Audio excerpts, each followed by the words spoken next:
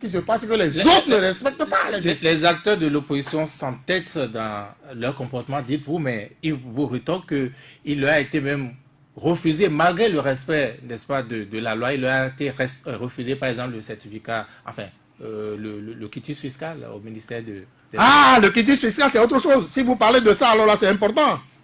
Le quitus fiscal, vous savez, j'étais sur une chaîne de télévision, de radio plutôt, quand des personnalités ont expliqué que on leur a refusé de délivrer le quitus fiscal. Des personnalités de l'opposition?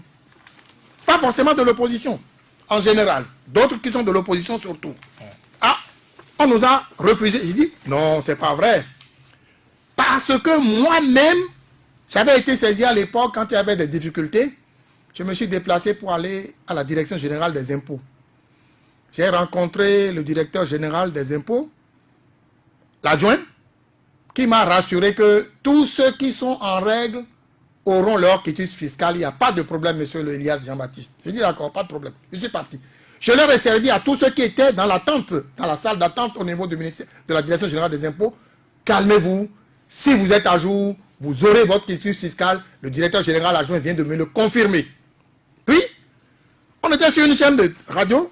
Quand on m'a dit non, il y a des gens qui étaient à jour et pourtant n'ont pas reçu leur quitus. J'ai dit, vous êtes sûr? On dit oui. Apportez-moi les preuves. J'ai été saisi par 4 personnalités. J'ai tout le dossier ici. Ah, quand j'ai vu, j'ai vérifié. J'ai dit, bon, ok, on va essayer de chercher à savoir ce qui s'est passé. Tenez-vous bien. Le 2 avril, donc avant les élections, Avant le scrutin, oui. Le 2 avril 2019, j'ai écrit au directeur général des impôts en lui disant ceci, très rapidement, ça ira vite, pour que les gens comprennent. Si vous voulez vraiment que les auditeurs comprennent, on va leur expliquer. Monsieur le directeur général, objet au sujet de la délivrance du quitus fiscal. J'ai l'honneur de porter à votre connaissance ce qui suit. L'article 46 de la loi 2018-31 du 9 octobre 2018 portant code électoral en République du Bénin prescrit aux candidats de produire, entre autres, un quitus fiscal des 3 dernières années précédant l'année de l'élection, attestant que le candidat est à jour du paiement de ses impôts. Fin de citation.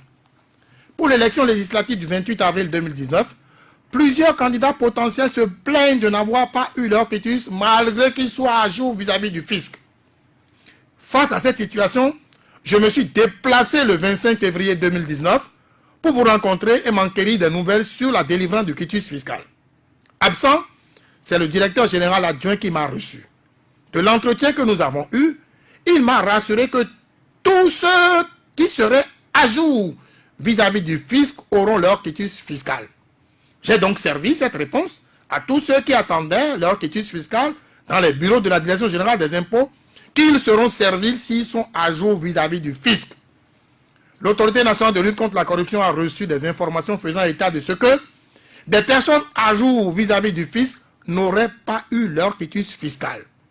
Je viens de recevoir les dossiers de messieurs Idrissou Bako, Komi Kounché, Valentin Agossou Djanotin, Sanctus Obafemi Deji Juste Flavius Ewensou, qui seraient à jour vis-à-vis du fisc compte tenu des pièces qui me sont produites et qui n'auraient pas eu leur quitus fiscal. Par la présente, vous voudrez bien m'informer des raisons qui ont motivé la non-délivrance du quitus fiscal aux intéressés alors qu'ils seraient à jour vis-à-vis du fisc. Veuillez agréer, monsieur le directeur général. La lettre est partie, pas de réponse.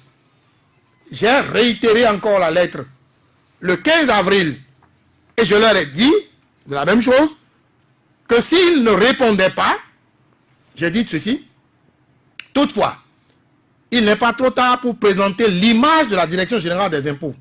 J'attendrai jusqu'au 18 avril 2019 en espérant obtenir une réponse de votre part. La lettre est partie, pas de réponse. Et pourquoi puis, pas de réponse? le 18 avril, dernier délai que j'ai donné, comme par hasard, le ministre de l'économie et des finances m'a invité pour une séance de travail.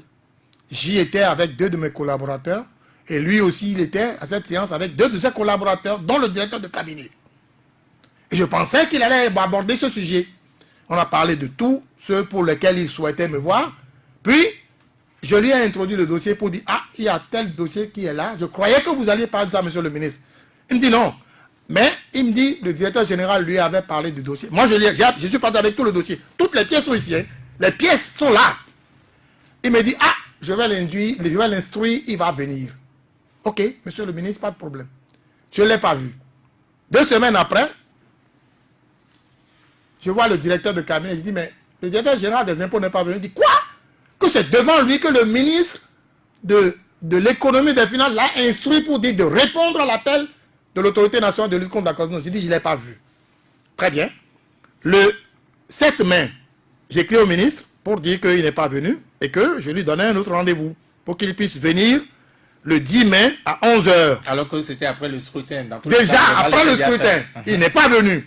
Puis, j'ai encore écrit une dernière lettre pour demander à ce qu'il arrive le 27 juin 2019 à 17h. Il est venu.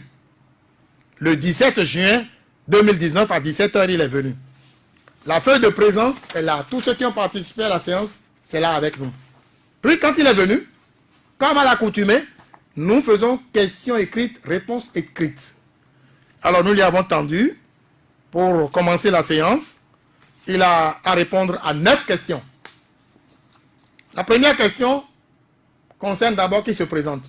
Il s'est présenté, il a mis son nom, son prénom, administrateur des impôts, ancienneté dans le corps 18 ans, directeur général des impôts depuis 3 ans. Et puis voilà. Quand il a lu la deuxième question, il a lu la troisième question, il dit, ah. La deuxième question, c'était quoi? Ah, vous voulez la... Ben, on va le lire.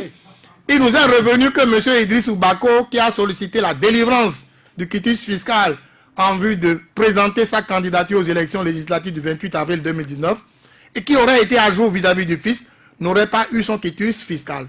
Pourriez-vous nous donner les raisons pour lesquelles vous n'auriez pas délivré le quitus fiscal à M. Idrissou Bako? La même question concerne un deuxième, M. Juste Winsou et Winsou. La même question concerne troisième, M. Agosou Djenotin, Valentin. La quatrième question concerne M. Komi Kounché. Et puis on dit, avez-vous informé les intéressés des raisons pour lesquelles vous ne leur avez pas délivré le quitus fiscal? Ensuite, avez-vous un test qui fait obligation de ne pas délivrer le quitus fiscal aux intéressés? Si oui, veuillez bien nous produire ce document-là. Ensuite, M. Djenotin, Flévis, etc., absents du territoire, ont produit des procurations par acte notarié pour les représenter valablement et agir en leur lieu et place dans l'accomplissement de cette mission de délivrance en allant payer. Personne ne leur a dit que vous n'aurez pas. Ils ont tous payé. On leur a écrit pour dire, vous devez, ils ont payé. Vous devez, ils ont payé. Vous devez, ils ont payé. Et maintenant, pour délivrer, on n'a pas délivré. Donc, il m'a dit, ah, monsieur le président, je vais me retirer d'abord. Ah bon? Le DG. Il n'a répondu qu'à une seule question. Une seule question, c'est ça ici. Nom, prénom, et puis il est c'est tout. Il dit, quand il a lu tout, il dit, je vais me retirer pour aller me préparer. J'ai dit, d'accord. Les autres participants ont dit, non.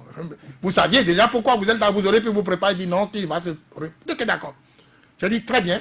Il vous faut combien de temps? Il m'a dit, il faut 1 semaine. Je lui ai donné 3 semaines. Pour qu'il puisse se préparer.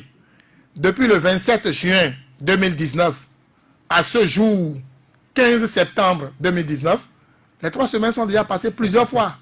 Il n'est pas revenu. Voilà. Alors, face à une telle situation où les gens ont toutes les preuves sont ici, ils ont payé, tout est là. Ils ont même envoyé les huissiers qui ont fait sommation. Jean-Baptiste, oui. Une question à vous. Oui, question. À votre avis, quel intérêt un fonctionnaire a à empêcher des acteurs politiques d'aller aux élections? Je suis incapable de vous dire. Ce qui est certain, c'est qu'en agissant ainsi, il ne faut plus que les agents de l'État oublient qu'il y a la loi 2019-11 portant renforcement juridique et judiciaire de la gouvernance publique. Au terme de cette loi, la responsabilité personnelle de chaque agent est engagée quand il cause préjudice à autrui. Ce n'est plus l'État qui sera engagé, ce n'est plus l'État qui sera mis en cause. Et donc, si les gens ne se souviennent pas qu'il y a cette loi-là du 21 février 2019 qui dit que désormais, si vous causez des torts à autrui, vous allez répondre, c'est vous qui allez répondre, et uniquement que c'est vous, ben, je ne sais pas. Ce qui est important de dire dans ce dossier-là, l'Autorité nationale de lutte contre la corruption est une institution créée parce que le Bénin a signé la Convention des Nations Unies contre la corruption. Il y a 186 États qui sont partis à cette convention. Le Bénin a signé et ratifié la convention de l'Union africaine sur la prévention et la lutte contre la corruption. Et le Bénin a signé le protocole de la CEDEAO sur la lutte contre la corruption. Tous ces textes ont prévu l'installation d'une agence, d'une commission ou d'une autorité chargée d'étudier les questions. Et quand on voit que un responsable, directeur général, fut-il, d'une structure de l'État, refuse de répondre aux invitations, je dirais même aux convocations de cette structure-là, ça pose problème.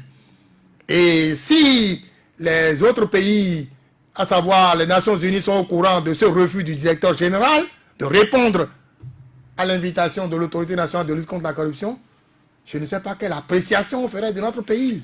Eh bien, pour l'opposition, c'est le pouvoir qui utilise également l'appareil administratif pour la coincer, pour l'empêcher d'aller aux élections. Non, je ne peux pas le dire, moi. Mais ça produit ce résultat. Je ne peux pas le dire. Ce que je peux dire, c'est ce dont j'ai les preuves. Mais ça produit ce résultat. En tout cas, si c'est ça, ben, il faudrait que chacun essaie de prendre ses dispositions.